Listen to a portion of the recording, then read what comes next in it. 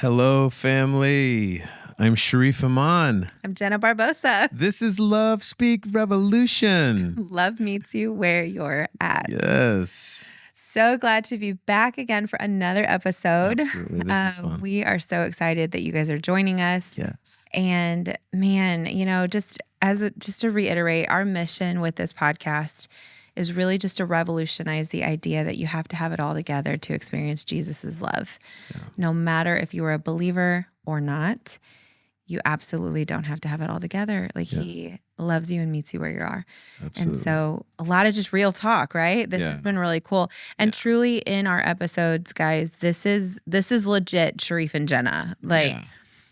This is our conversations that we have. Even, on our ride up here, I think it was the other day, I can't remember what it was, but we had a deep, in-depth conversation, and we're like, man, this could have been an episode, right. So this is something that we just love being able to share with you guys and just open up our conversations of just real talk with you guys. So we're just so grateful you're here. Yeah, absolutely. So today we're talking about entrepreneurship. Yes. So excited about this one. Absolutely. It's both Jenna and I are entrepreneurs. And so it's just funny to be fun and funny to be able to talk about the journeys that we have been on and continue to stay on to grow, the ebb and flow, next leveling. Every level requires new thought process, the industry that you're in, moving, changing, nothing staying the same. It's there's an ebb and flow of challenges, but there's just such a great reward and harvest from being an entrepreneur. And so we're gonna have conversation about this. And if you're somebody who is an employee, but you have passions and dreams to be an entrepreneur, you have something that you feel would be good. We hope that you'll get a lot from this and can start moving forward to your dream or your passion, or taking a chance. Oh my gosh, this would be so crazy if I did this. But there's so much joy and fulfillment. There's a lot of hard work, a lot of sacrifice, a lot of fear, a lot of chances, a lot of failures, but because failure is a part of life, it's a positive thing, not an enemy. Right. So let's dive in. And you know what? I'm just feeling like, Jenna, tell us about your entrepreneurship. Yes, the baton will be on you in a little while too, because I love your journey as well with your entrepreneurship too. Mine. So what I do is I am a certified Christian counselor and an emotional freedom life coach. Yes. And I am president and founder of a nonprofit ministry called Resilient Ministries. Nice. Yes. That we are in startup phase. So we are really only in year 2. Mm-hmm. And I just recently stepped out of working as director of administration for my family's nonprofit. So my family opened up a nonprofit called True Vine Christian Services, and they predominantly do counseling. And I was director of administration there for about 7 years, and also was doing counseling on the side. So I was working as administrator and counselor. And so building up that counseling clientele just slowly but surely over the last 8, I think I'm in my 9th year of counseling right now. And so really building up that clientele, but always having the security net of the administrative job, and also just learning a lot, about the counseling world and all of that good stuff. And being under a lot of just leadership with good counselors around me. So learned a lot about the industry. And being a certified versus licensed one has really been helpful to be under that leadership of a lot of licensed counselors to just really learn the ebbs and flows and ins and outs and where my scope of practice ends and where somebody else's begins, and kind of just the ethics of that, which has been really, really, really helpful. To be able to operate where I am now. And so even that is a big part of like seeing God put pieces together before I step out into entrepreneurship fully, stepped out into it to just help me when I did establish those things. So I worked corporate world since I was 15. My first job, I was like, let me get after it. I was telemarketer for Allstate Insurance. Had some death threats by angry people. I was like, this is the workforce. Welcome to it. But really had always had a passion. So I actually started up a ministry at 19, tried to get that up and going. We did that, held some conferences for a few years, but was struggling a bunch in my personal life. And so I stepped back from that. But have always tried like my hand at network marketing and had a lot of flops. So those failures that you're talking about, I had to learn along the way, like what worked, what didn't work, and what my wheelhouse was. I think that's a big part of entrepreneurship too, right? Is learning what our wheelhouse is. And just playing to your strengths and not just trying to power through and do all the things for all the things. Right. But there are seasons where you kind of have to. And so learning the ebb and flow of that. But, so anyway, so on the counseling side of it, I've been entrepreneur in the sense of just building my own clientele for 8 or 9 years, but fully launched into full-blown entrepreneurship was really last year when I stepped away from the administrative job in July and went into just 100% only my clientele. And really just had a big kind of like, oh gosh, what's happening? What am I doing? But, through that, really just found a whole new sense of freedom, which comes with entrepreneurship that I absolutely adore, that I would not give up again as much as in my power to, because what I did is I did a working sabbatical. So my clientele, I went virtual and went on the road for 4 months and traveled literally 33 states, 12,000 miles, road tripped with me and my dog, did a lot of solo camping, but also landed in hotels to work for a few days and then would go travel and have fun. And came up to here, Portland, stayed with you guys for, a couple weeks and hung out. And so just have met amazing people along the way. And I've never been able to travel the way that I have until I stepped out into the entrepreneurial world to be able to make that a thing. And my mental health, my sense of self in that appropriate way of like just loving me and learning me more happened on a deeper level when I had that space to just breathe and really go, okay, what am I built for? What do I want to do that God has instilled in me? What are my passions and my dreams? And really going after them. It was a big fear because literally I was stepping away from a cush income. As a single woman, I would step away from a salary that I had no reason to step away from technically. And it was probably that salary that I stepped away from was probably about 2 to 3 times more than what I was making on my clientele. And I had to replace and surpass to make entrepreneurship work. And I just, lots of prayer. But God did. He showed up in the first month of me being on my own.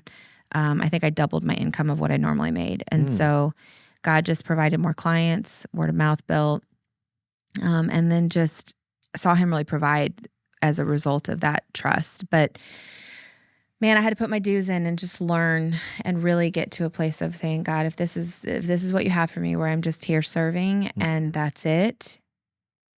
It's not a less than position, but it wasn't what I wanted. It was it stopped short of what I wanted. And I had to kind of get to that place of like, okay, God, if this is what you want, I got to learn how to be here. And doing that, I think really set me up for being able to trust him in the bigger way that I am now. Not having, if I don't work, I don't get paid, period. right? Yes. You know that entrepreneurs know that. Yeah. And also stepping in as the president and founder of Resilient, building that nonprofit up, because that I want to go beyond me, right? My clientele's just from my income and my clients whom I love. Yeah. But I want to build that nonprofit up as a way to raise up other entrepreneurs who want to step into coaching and build their own coaching practices as niche areas that Resilient develops. Yeah. It's the mission of Resilient, just real quickly, is it's to build better relationships with God family or with God's self and others so that you're able to really walk in emotional freedom with that. And that's going to happen in niche areas. So doing that is requires building a team, requires knowing how to lead. I've been led for so long. So it's just, it's the shift of it. So that's where my entrepreneur journey is now. So I'm really learning a ton about entrepreneurship in a way of now, what does that look like in application, right? My my business degree is coming in very handy for that, which is, I'm so grateful for that. Having that business degree and then also having the training in the world of what I'm doing, I'm seeing God put all the pieces that he's placed along the lines kind of come together now. And so now it's just in the muck of how does this work together, forming it, building it, growing it, and doing that all trusting in God as an unmarried woman who single income, just like, okay, God, we're doing this. Like, I'm trusting you. Right. And what you've instilled in me, and we're doing this. And so, so that's kind of my little roundabout journey along the way. So I'm kind of on the fresher end of the entrepreneurship world. Yeah, that's great though. That's really great. But most definitely knowing that you are experiencing more freedom, more growth and healing and provision, allowing God to take the lead and just walking out in faith to this thing rather than staying in that cush job position that, not that there's anything wrong with that, but that like wasn't your passion and your calling. Being in that was like kind of, I guess, society safe control. Like, it's the myth of, it's the counterfeit control and safety, in a sense. That's so good that you said that, because it's the counterfeit control. Like, yes, I had control over when I would get paid not by my own hands in the sense of having to make that money. Like, I of course had to show up to work, but it was a secure thing. And that is, it's that control aspect of I am thriving more letting go of that control than I was traveling in that control. Absolutely. And I think that that's where it's like some people, and I've talked to many people who are like, I thrive off of being in the administrative supportive roles. And that is their makeup. Their deal. And I love that. And that's powerful for them. And they need to find those places because that's where their strengths are. I definitely was one that was like, I am not made to build other people's dreams. I am made to build the dreams that God's put in me to be able to help people and love people and serve them well from the gifting and the creativity that God has put in me. So building other people's dreams and letting mine be on the back burner, I couldn't do it anymore. And so the risk outweighed that's really the reward outweighed the risk. Yeah, that's so good. For me, what about you? Mine started back in college. I had worked several jobs like in high school, but I really did not like being an employee. I didn't like working for somebody else. Because it was just really hardcore. My experiences were not good. My bosses were not really kind. And so when I got to college, I'm a hard worker. So I was working in construction. I was a server when I got to college, and then I was working one summer. I was working in construction, and I was working with these roofers, and they were doing I was doing all the work, the hard labor I was doing. Like I had to pick up the, packs of shingles in the back of the truck and put them on the lift and get them up and pick up trash. And it was really hard because there was a lot of stuff and they're just up there, and I was with them for like 4 or 5 months because they had promised me that I would move up. They would hire somebody else and I would move up and started doing. So I was like mentoring in the place to be able to like do roofing because there was just like really good money in it. But that was not happening. It was like, in the South, hot. And I'm doing this work. And then like at the 6th month, I just had several conversations like, hey, like, when are you going to hire somebody? When are you going to start training me in roofing? And they kept pushing it off and pushing it off and pushing it off. And they were not real kind. And there's more to that story, being in the South, being a man of color. And I began to feel exactly where I was at and where I was going to stay. Yeah. And I had enough. I had enough. I showed up a half day. I was sweaty and hot, and I just walked off, and they were like, "What are you doing?" I'm like, "I'm not doing this. You're not getting paid." And I laughed because they weren't really paying me much of anything. I was like, "Have it." So it's like, just take the check, And I got into painting houses, and it was amazing because God opened that door for me because I was in the mode of where I needed work because I wasn't living in the dorms, so I had to work. And so I was in a position to where I was trying to figure out what I needed to do, and through word of mouth, somebody was like, do you know how to paint house? And I was like, yes. But then I was honest with them and was just like, this is something that I'm new with.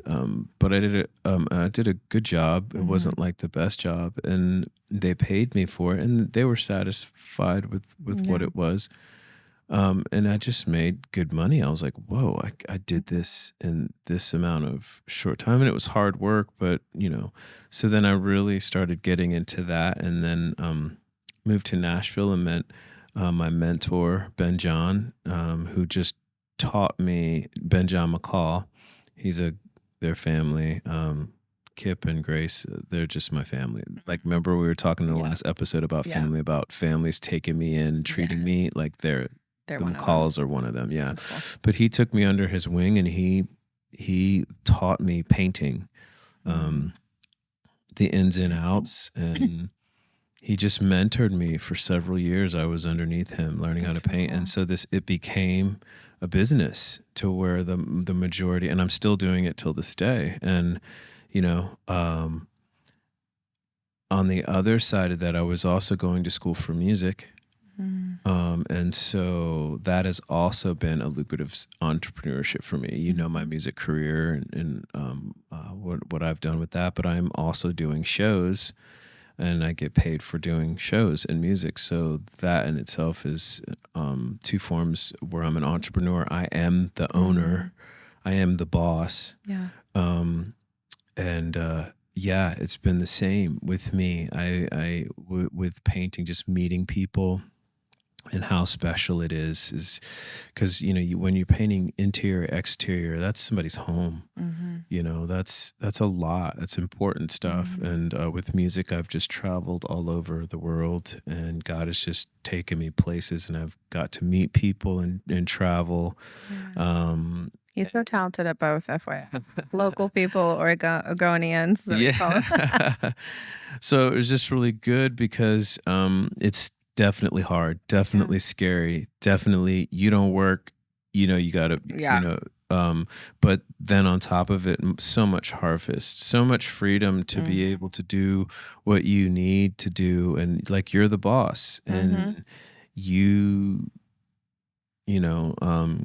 if you mess up, it's on you, right? If it's, you answer to you. And so that was just so freeing for me to be able to do that musically as well, because I was an independent artist musically. So like I'm doing the major work and raising the money and doing everything like that, and paying for the studios and just, entrepreneurship. And it was great, continues to be great. Adding more things onto that, my jewelry line, and but there's just a difference between being an owner and being an employee. And I think that's the one thing that I've learned in the entrepreneurship is just like, when you're like owning it, there's just a freedom and in the craft that you continue to keep better in. I was not at the place where I created a team in terms of painting, only because I left Nashville. I was starting to put a team together for people to work for me.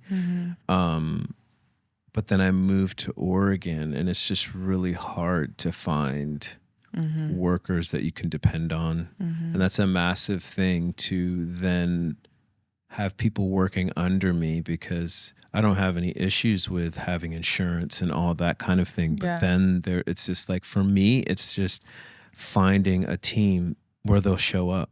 And I think for me, I'm not at that place to be able to trust that, to know that I can get a group, like a handful of guys that, because my name is on it, and I'm so used to me going out and doing it. I show up, I show up every time, rather than having to depend on, in this day and age, because there's people just quit jobs as soon as they get them, and if I have 6 houses, and I have a crew, and I'm setting up time frames based on the crew that I have.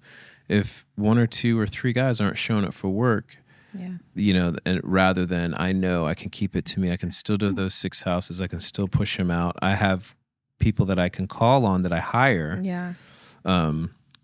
So it's just like the ebb and flows of entrepreneurship. And it's just been really amazing to have the freedom, the growth, and the life to, it's not easy by any stretch of the means. It's not easy at all. It's a lot of hard work to be all of the things, but I feel like it's just worth it to be the boss, rather than, Well, and your passion, like, I think that there's things that we do that help support what our passions are, because like I know you, and painting is a solid job for you that you do as an entrepreneur. But your passion is music. Like, that is your blood passion. Right. And so, and it's so evident, like, when you sing and when you perform, like, it's just like you have such a gifting in that. And so, and when you lead worship, like, just all of the gamut, like, you can rock out on a rock set and then be leading worship as well. And like, you are able to step in and embody that gift that God's given you. And so that's your passion. So I think too, even like kind of just knowing you, like, you don't want to build a big O team and have that be your main thing that you invest yourself and your time and your energy into, because that's not your main passion. And I think a big part of entrepreneurship is being able to say, I've got the space and time and energy now, let me put that into my passion. Right. Not just my income, and that's where I think the difference that I've learned from being an employee versus an entrepreneur is, one is income focused and one is passion focused. Right. That just happens to bring you great income when you can really get those wheels running. But I had the income, right, in the corporate world. I had that steady. I was making bank on some different jobs that I had along through the years. But my passion was so not there that I literally would say multiple times, I feel like I'm dying a slow death. Like, I am made for so much more than this. Like, not that what I was doing was bad. But it wasn't my gifting. It wasn't my passion. And so I was wasting away doing something that I was not made for and passionate about. And I put my dues in, you put your dues in. Like, there's different ways about putting our dues in. And not to say that the way to put your dues in is to work corporate world. I'm not saying that. But from my journey, I had to learn how to have a work ethic in the corporate world so that when I stepped into self-starting entrepreneur world and had to work for me, I was able to carry over that work ethic because I'd done it so well with others. And I think too, in that you are able to really just spend that time and energy on what you are passionate about. Yeah. Yeah. It's really, I like how you made the difference between what my work is and what my passion is, because there's between the two, there is a difference. And, painting, I am so grateful and thankful to have a craft that is always needed. Absolutely. But it is definitely a hard craft. It's a lot of work, and it puts a lot of wear and tear on the body. So I always did the painting, poured into the music so that I could do the music, get to a certain level of work to where I could taper off the painting. Yeah. And, COVID really worked hard on that and other things and other things. But now there's like an opening thing where the music is definitely building up again. Like if I had my way, I wouldn't be painting houses anymore. But I would definitely have a crew that is painting and out there doing it, because that's such a lucrative business to have. And if you can get a crew that you can depend on, that's going to show up, and then, you have a crewman that can run, it's just really challenging to find that in this day and age. So, I think what's cool about entrepreneurship too is you are able to build multiple streams of income. Just like you were talking about, you do your fashion, which we'll talk about in another episode too, more in depth. But, you create jewelry, beautiful jewelry. And, you do your music and your painting and other things like you were saying. And so that I think is part of the fun of entrepreneurship, because especially for people who like to have our hands on multiple pots, so to speak, right? Like I know for me, I have multiple incomes too. Like I do the coaching and the counseling, but I also speak and get paid to speak. I also have a book that I published, and so that's another stream of income. I'll be writing more books. I also do executive coaching and help nonprofits launch and get their mission and vision in order, which is what I'm doing. And, so having those multiple strings of income there, it's such a benefit to having that freedom to say, like, I'm not just stuck to, I do this thing. Right. Right. And I think that was a hard thing for me too. Being an employee was, I only get one income, but I can do a billion things. Right. Because how many times do we find ourselves in the employee world where we're wearing 5 million hats, but we're only getting one income. Right. And oftentimes our responsibilities will grow, but our salary won't. Right. And so if we really broke that down, like, okay, I'm doing the job of three people, but being paid for one position. So I think that through the years, I'd really seen that. And especially when you do well at what you do, people reward that with more responsibility, and that's great. But then you're like overloading yourself, and then you're just exhausted. Because you're putting so much into work, but you're only getting that one income. So I think that that's where it really was also something for me, that I really saw the shift in the entrepreneurship of, I get to do multiple things. And if I'm going to expand my responsibilities, I get to get paid for those. Right. And I get to dive into the world of that, and what, how I can grow my speaking, how I can grow my writing, how I can grow my coaching and my counseling and my, nonprofit leading and all of those things. And so I think that is a really cool part of entrepreneurship in that. Yeah. And people, I think, are entrepreneurs where they also are employees and they have side hustles, right? Absolutely. And they get to kind of feel that feel too. Absolutely. But yeah, it just gives you so much more freedom. Yeah. And you can always open up more and more because I also have merch along with my jewelry, but I have merch, CDs and t-shirts and posters. All those are like separate lanes of financial flow. But I think one of the major things is when culture shifts and changes. As an entrepreneur, to have the wisdom and knowledge to be able to shift and change with the times. Do things change? Painting? Absolutely they do. The tools change. Yeah. The paint changes. Techniques change. House structure. Yeah, house structure changes. Basically, like the tools now are crazy that they have now in terms of just like painting and like trim and baseboards and just painting all of that stuff, cutting in, rolling in, spraying. Like there's just so much technology that's coming to change. Yeah, you have to shift and grow with that, right? Because there's a lot of competition out there. Definitely. Did the culture change musically? Absolutely changed with social media. Oh gosh, yeah. And just labels and just the whole industry shifted and changed where that was no longer the case and the thing anymore. It was the record deal. Yeah. Now it was like this totally different format. And and the music for me has been very challenging because I am such a personal type person. I need to get in front of their faces. I want to talk to people. I want to be a part of something.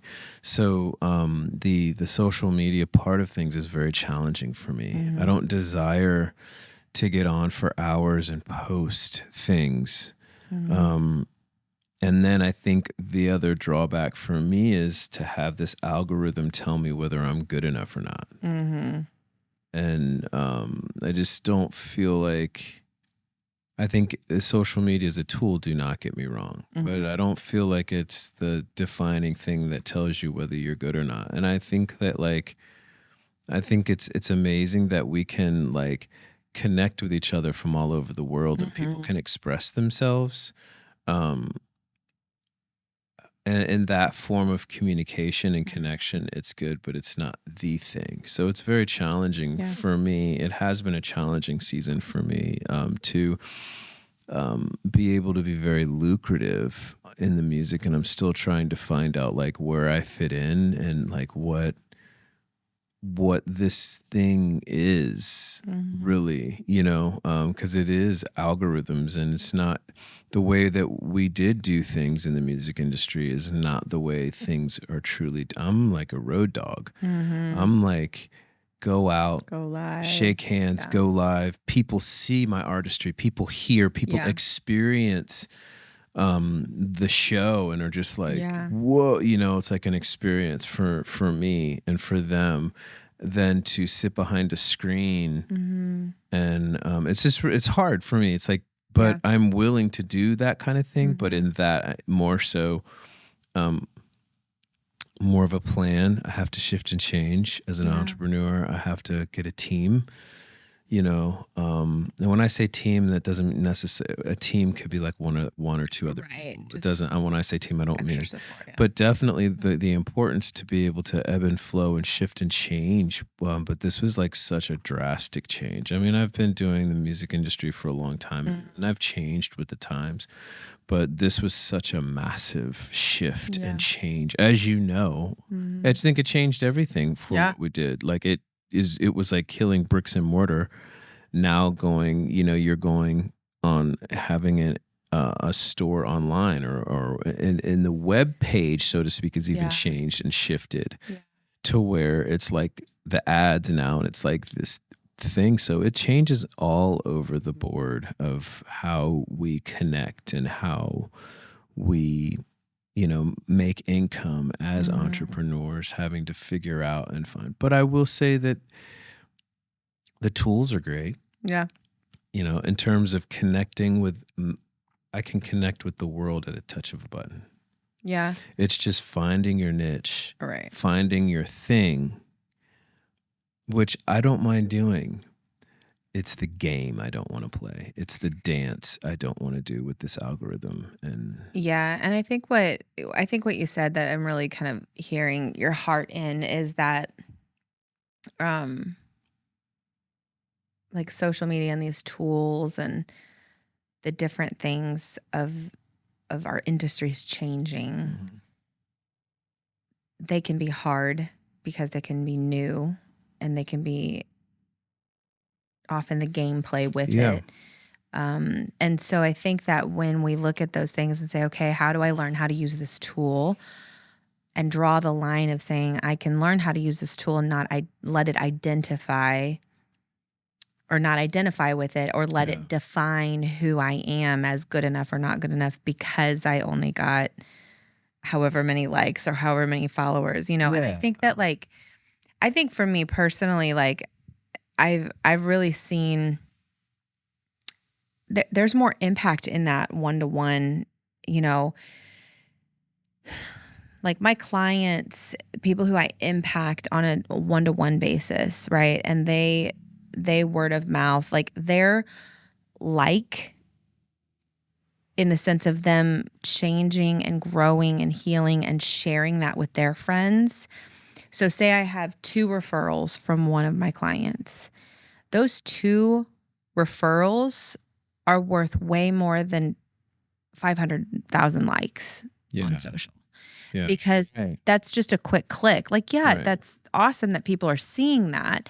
And I'm hoping that it helps them and grows that. Yeah. And, what we're doing here is going to be impacting, you guys online. And so we value this platform. And I know you do as well.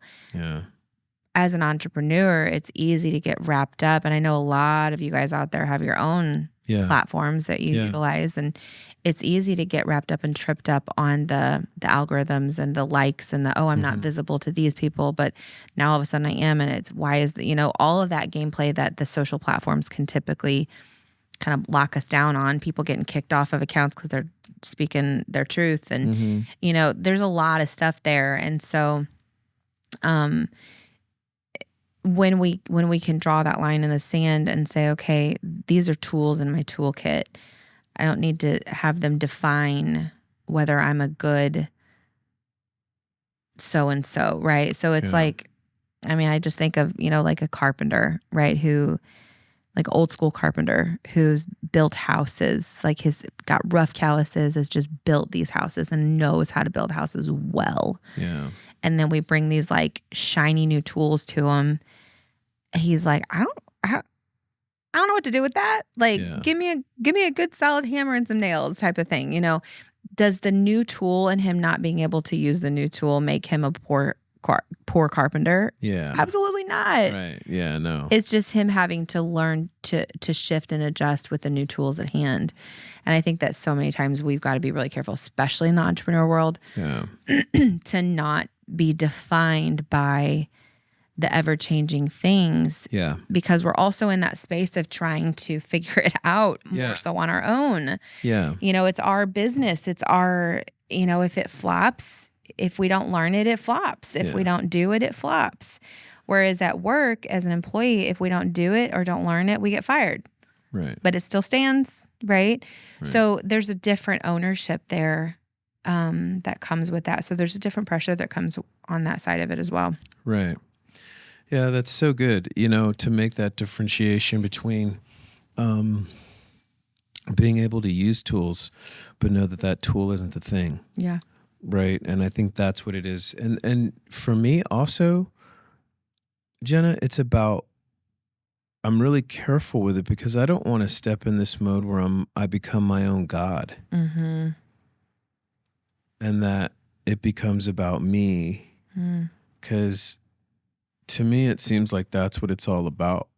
really. Like, look at me. This is my platform. This is my page. Love me, see me, me, pour into me. I'm great. I'm this. Let me show you. And that's dangerous for me. Like, don't get it twisted. I have something to say and I have a gift.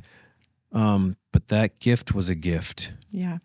And the dangers for me to step in and want limelight or the spotlight are very much prevalent. They're there. But I want to be able to use social media as a tool to be able to connect with people all over the world so that I can share the giftings that I have, but in the right space, out of the right heart. Right. As an entrepreneur, I want to be able to make sure that what I'm doing is giving life and quality to people, not at the sake of using them. That's good. To be a rock star, or be famous, or and just whatever. Feel good about myself like because I have 200,000 or 1 million. No, like I just want to know that I'm a vessel that can help make a difference. Yeah. That could shed light, that can, through music or through these talkings, that can bless people and help people through life on the journey together. Like, it's good. That is what it is for me, because, you can so easily slip into, well, I'm not this because I only have 2,500. Who am I? Like, what is it? It's like all of these things are, then you start pushing to, I got to figure out this algorithm so I can so it will send me out to more people. No, I just want to like do music. Yeah. I just want to do this. Yeah. And I want to be able to use the tools, but not be slave to the tools and not, start becoming vain and becoming, my own idol and use it for, Yeah, I think that that's so powerful because, like, really what I hear you saying is not that you are saying don't use those things. You see the value in those things, but they have to have their proper place, is what you're saying. And that's where it's like looking at that and saying, okay, what power do they hold? Right? Because it's like becoming our own God, or becoming at a place where those things have the power of God, to where I'm not going to succeed as an entrepreneur, or even in the business, or even as an employee. Like, I'm not going to succeed at what I'm doing in my career if these things don't line up. Right. And that's where it's really stepping back and trusting God and following his lead, like we've talked about in another episode, is being able to say, like, this is a gifting you've given me, so you're going to use it. Yeah. Like, God doesn't just gift us to just sit us on the table. Like, a gift is a gift because it's given. Right. Right? So the equipping and the skills and the talents within us that God's given us, he's gifting to others around us. Yeah. And that's where we are able to say, okay, what I'm doing, I can stand confidently in what I'm doing in my gifting and talents and skill set. Yeah. I know I'm a good counselor. You're a good artist, music artist. Like, we know that we're gifted in those, but we know where that gift comes from. Yeah. And the minute that we're saying, oh, it's on my own power that I'm so good at what I do, that's where it's vanity, and where we're like, and that's where God can be like, dangerous and convoluted. Yeah. Yeah. But that truly is a place where it's saying, like, God, you are the one. Like, I've always just said, like, God, you're my PR agent. You're my marketer. Yeah. You're my accountant. You're my tax person, And do I still have people that help me do those things in the humor room? Absolutely. Absolutely. Yeah. And growing and figuring that out. But ultimately, the outcome of those things are in God's hands. And and I know for you too, like, word of mouth is really, really powerful. Yeah. When it comes to entrepreneur world, and just people doing what they love. Like, when you share that, and when you show up and you're present in your gifting, and you own it and you're confident with it, in the sense of owning it, that God's given it to you so that you're serving others with it. that is blessed. I really do believe that, because that's where God says, okay, you are using the gifts that I give you to serve those and love others around you. And so I'm going to continue blessing and blessing and blessing that. And word of mouth, I think, is a big kind of awareness of those blessings, because we don't go chase after, right? I didn't build my clientele. I showed up with the gifting God gave me. Right. You know? Yeah. And that's exactly, you hit it on the head. Like, God is my label. God is my boss. He gives me like everything that I need in that. And that's really, that's a challenging place to be. God is the one that tells me who I am. Like, God wants me to have this, he'll open the door. I'm going to be diligent. You know, I need to be diligent in these things, but I want to remember where my source, for me, this is what I believe, where my source comes from. Yeah. Where my provision comes from, his plan for my life. And it can get very convoluted if I allow myself to be overtaken by like these things where society says, no, this is the only way that you can do it now. This is the only way, you know, you could do this now. You're too old. You're this, you're, you know, all of these things, right? Yeah. It's like, yeah, well, you know, I have a history with God in my entrepreneurship, and he's blessed it. Yeah.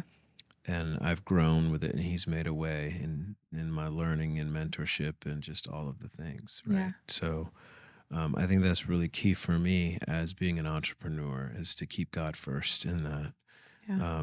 And being diligent and you know, so I'm not saying that social media is not good. I'm saying it's a tool that we can use, but to make it an idol and a god that's where, or to make it a platform where you set yourself up as a god. Yeah, that's good.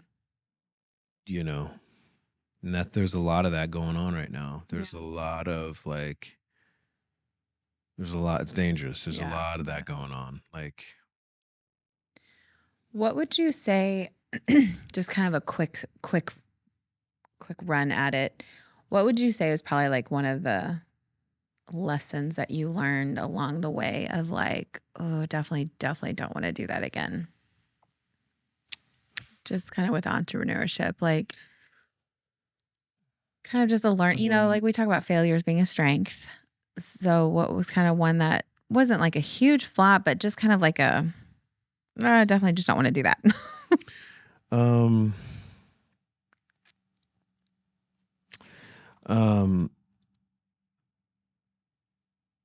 I think for me was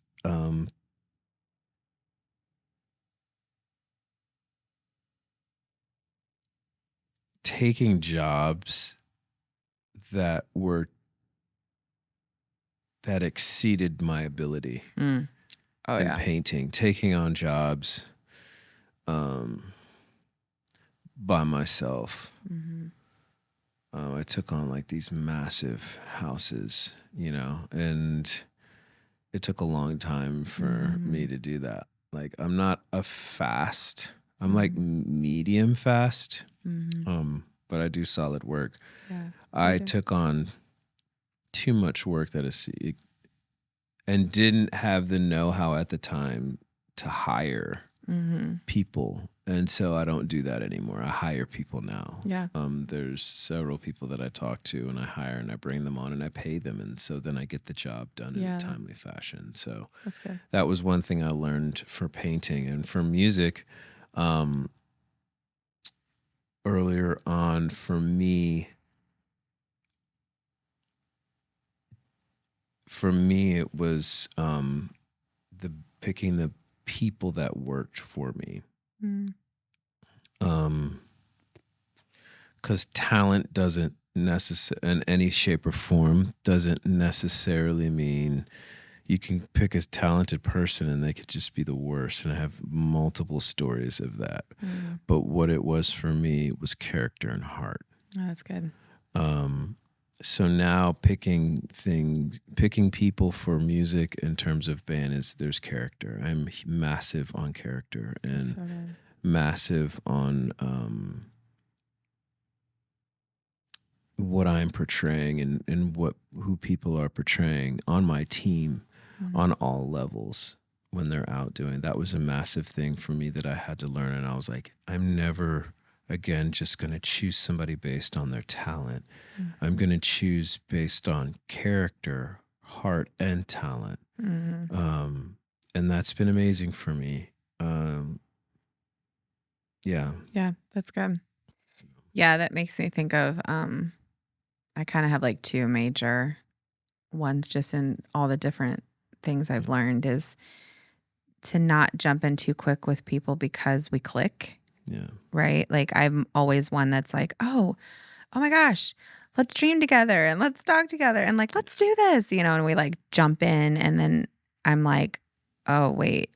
Yeah. Like maybe their character's not lining up or we really don't have the same values. And so having to kind of like just have times where things just went really wrong or had to backtrack out of those and shuffle around or just pray God change the dynamic. But I think that's huge is that character piece of there's one longevity. One more thing massively was not knowing my worth. Doing those gigs for 4-hour gigs for $50 or doing the paint jobs for $600. No, I didn't know my value and that wore me down. Yeah. And actually it still is uncomfortable sometimes for me to give people my prices, but that's it. Yeah. But the major thing that did, that was like the biggest of all, not knowing my value as a painter, not knowing my value and being intimidated in the music industry and in the painting world. Yeah. But now this is what I am. And there's a respect value to that. Yeah. When people say, oh, okay, like, that's your price. because when they get me musically, oh, okay, yeah. Yep. My character, my team, everything. When when I'm done with my paint job, they're like, oh, okay, like, yes, word of mouth. So sorry, but that was like. No, I think that I'm so glad you said that though, because so many people struggle with that. Like so many people, like, I don't know how many times whenever I'm doing business coaching with some of my clients, like getting them to just understand their value and say, you need to charge what your service is worth.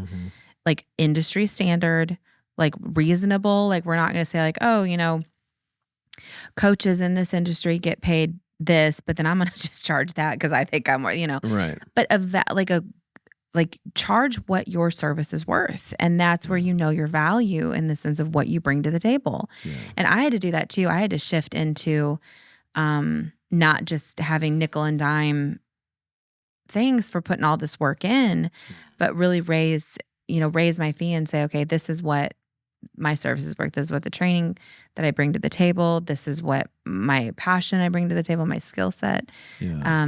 And I know I do good work, so I'm able to say that. And if you're not able to pay that, I can refer you to somebody who's in your price. It's okay. That's totally fine. Yeah. But and then also that allowed me to have room for the clients who I really see like, you know what, this is just a service that I want to pro bono or do a deep discount for.